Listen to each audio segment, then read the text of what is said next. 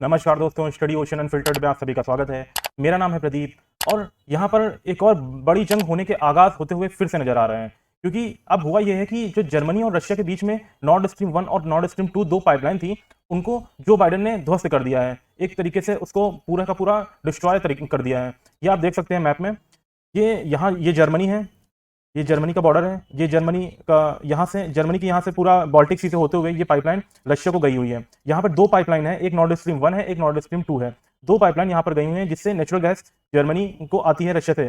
तो यहाँ से नेचुरल गैस आती है। इस नेचुरल गैस को पूरी बैकबोन कहा जाता है जर्मनी का। इसी से पूरी जर्मनी की पूरी नेचुरल गैस की लगभग 50% से ज़्यादा नीड पूरी की जाती है।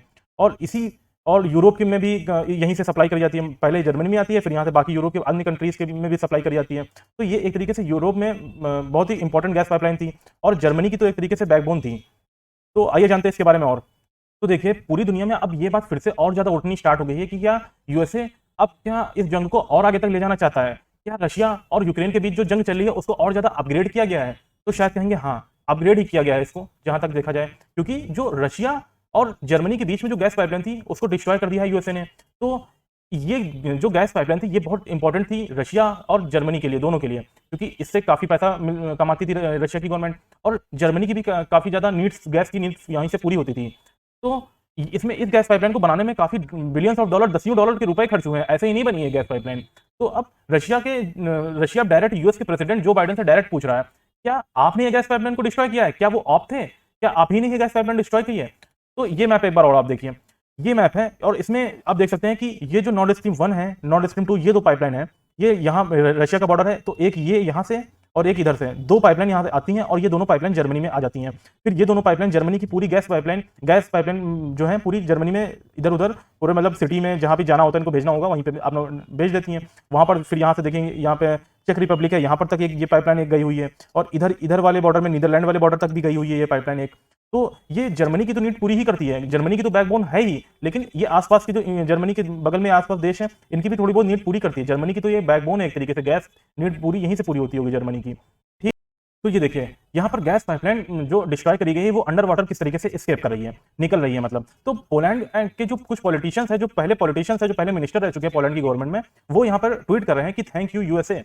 तो पोलैंड का इसमें क्या रोल है? पोलैंड ऐसा क्यों कहेगा? तो पोलैंड का ये मानना है कि जो रशिया की जो पाइपलाइन थी, गैस पाइपलाइन जो यूरोप की तरफ आ रही थी, जर्मनी को आ रही थी, इसकी वजह से यूरोप प्रॉपर एक्शन नहीं ले पा रहा था रशिया के अगेंस्ट।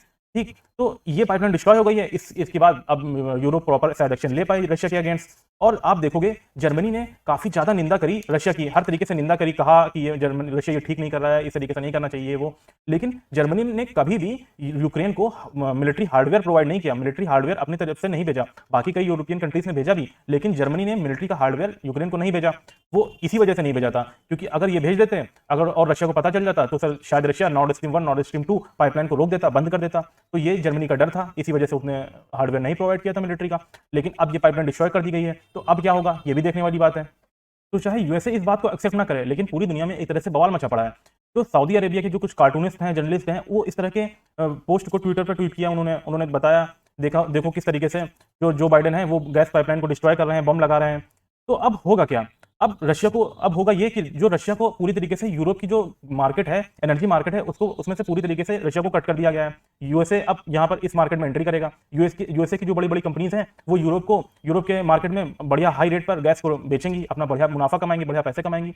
और अगर आप अभी संदेह कर रहे हैं कि क्या यूएसए ऐसा कर सकता है, क्या रशिया जर्मनी के बीच में जो ये गैस पाइपलाइन है इसको डैमेज कर सकता है, तो अब ये बात ध्यान रखिए कि याद होगा शायद आपको कि कुछ महीनों पहले जो बाइडेन ने ये खुद कहा था कि अगर रशिया यूक्रेन के ऊपर आक्रमण करता है, यूक्रेन के ऊपर अटैक करता है, तो जो नॉर्ड स्ट्रीम पाइपलाइन है उसको हम छोड़ेंगे नहीं, उसको हम नष्ट जरूर कर देंगे।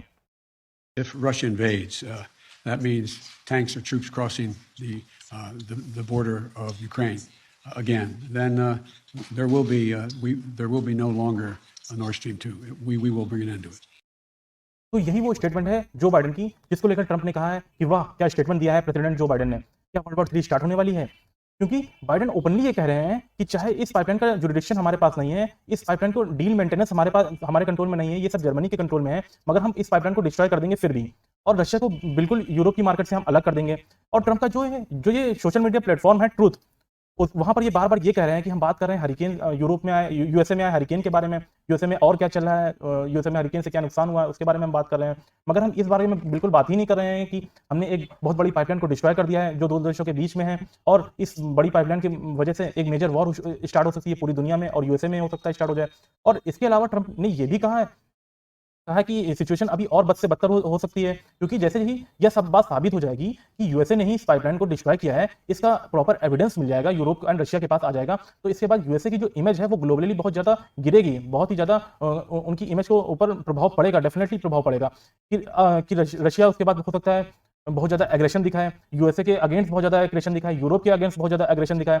तो इसीलिए ट्रंप ने यह भी कहा है कि मैं दोनों पार्टीज के बीच में सुलह करा सकता हूं, पीसफुली बात करा सकता हूं दोनों पार्टीज के बीच बैठा के। तो अब आप ये सोच रहे होंगे कि ट्रंप ने ये भी पहले भी कहा है, कश्मीर के मुद्दे पे भी ये कहते थे कि मैं बात करा सकता हूं, सुलह करा सकता हूं। तो देखिए, नॉर्थ स्ट्रीम पाइपलाइन को लेकर ट्रंप डे 1 से 100% सही थे, क्योंकि दिसंबर 2021 में ट्रंप ने नॉर्थ स्ट्रीम पाइपलाइन को बंद करा दिया था, टेंशन लगा दिया था नॉर्थ स्ट्रीम पाइपलाइन पर, उन्होंने ऑपरेट ही नहीं होने दिया था ट्रंप के अंडर, क्योंकि ट्रंप ने वार्निंग दी थी कि अगर ये पाइपलाइन बन गई और फिर यूरोप पूरी तरीके से डिपेंडेंस हो जाएगा रशिया के ऊपर गैस के लिए, और इस पाइपलाइन की जो जियोपॉलिटिकल इंपॉर्टेंस है वो बहुत ज़्यादा बढ़ जाएगी फिर, क्योंकि फिर क्या होगा अगर इस पाइपलाइन को फिर कोई डिस्ट्रॉय करता है, अगर गलती से भी कोई डिस्ट्रॉय करता है, तो इसके लिए बहुत ही मेजर, बहुत ही बड़ी वॉर स्टार्ट हो सकती है दुनिया में। तो इसीलिए ट्रंप ने इस आइडिया को कभी आगे ही नहीं बढ़ने दिया, इसका कभी समर्थन ही नहीं किया। मगर फिर क्या होता है, फिर पावर में आते हैं बाइडेन, और इन्होंने फिर वो एक बहुत बड़ा ब्लंडर किया। 19 में 2021 को ये वही दिन है जिस दिन बाइडेन ने अप्रूवल दे दिया था नॉर्थ स्ट्रीम पाइपलाइन को बनने के लिए। ठीक, तो पूरी तरीके से फंक्शनल हो गई ये पाइपलाइन, पूरा यूरोप और ज़्यादा डिपेंडेंस हो गया रशिया के ऊपर। तो रशिया को ये बात समझ में आ गई कि अब टाइम आ गया है, अब ये पाइपलाइन बन गई है, अब यूरोप हमारे ऊपर थोड़ा बहुत डिपेंडेंस हो गया है, तो अब रशिया को थोड़ा इस बात से कॉन्फिडेंस मिल गया, थोड़ा और ज़्यादा बल मिला उसको कि अब वो यूक्रेन के ऊपर अटैक कर सकता है, ये वो टाइम है, यही वो समय है। तो उन्होंने अटैक कर दिया फिर इसके बाद।